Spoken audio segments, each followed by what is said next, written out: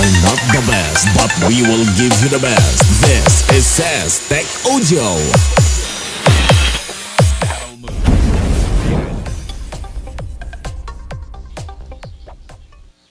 Sa video nga na to ay mag-unboxing tayo ng angle grinder stand. So, available to sa online, Lazada, Shopee, AliExpress. So, ito na yung box. At ang laman niya guys is ito. So, bali makapal ang plastic niya guys. Ang kapal nito is 1/8 yung kanyang plastic. Bali sa bakal naman is 1/16 sa ating metro. So, doon yung makikita kung gaano kakapal. Gaya ng pinakita ko na picture na to guys. So, ito naman guys yung kanyang tube or dust tube. At ito naman guys yung kanyang dust collecting bag. Yan siya. May zipper.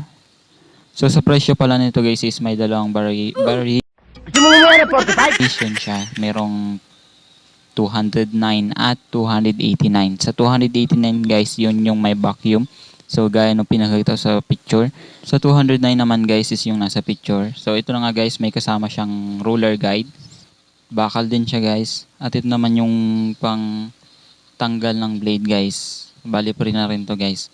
So, ayan siya guys, wala nang laman yung box. Bali sa kapal ng plywood na kayang gayatin ito guys or tabasin is 3/4.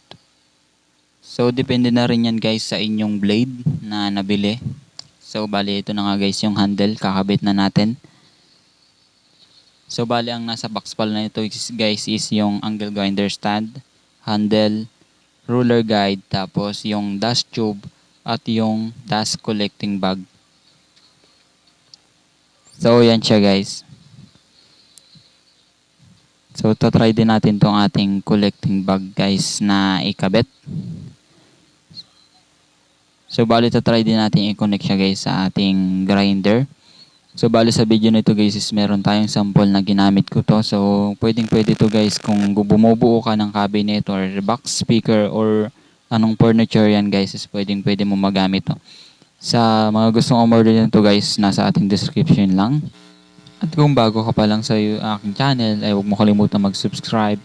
I-click ang like at don't forget to click the bell icon para lagi kang ma-notify sa kada upload ko ng video. So, about sa mga video natin guys is unboxing guys. So, ito na guys, try na natin yung ating grinder. Bali sa plastic nga pala nito guys is napaka heavy duty siya guys. Sa kapal nung plastic nakakapit sa grinder guys is 316 ang kapal niya. So, sa pinaka-cover niya guys is 1/8. At itong bahal guys is 1/16 ang kanyang kapal guys. So, ito nga guys, na-try na natin sa ating grinder. So, may video din tayo guys na patuto. Bola lang yan! Na ginamit ko to guys. So, napakaganda ng pagkakagayat guys. At pantay na pantay. Compare mo doon sa walang angle grinder na ganito, is parang balubaluktot yung daan ng grinder guys. So, bali paglalagyan nga pala ng blade to guys, is kailangan mo tanggalin tong dalawang tornilyo na to. So, montage na muna natin to guys. Says Tech Audio. Says Tech Audio. Says Tech Audio. At kung bago ka pa lang sa channel ko or naligaw ka sa channel ko, huwag mo kalimutan mag-subscribe at i-click ang bell icon para lagi kang ma-notify sa kada upload ko ng video. So, thank you for watching guys.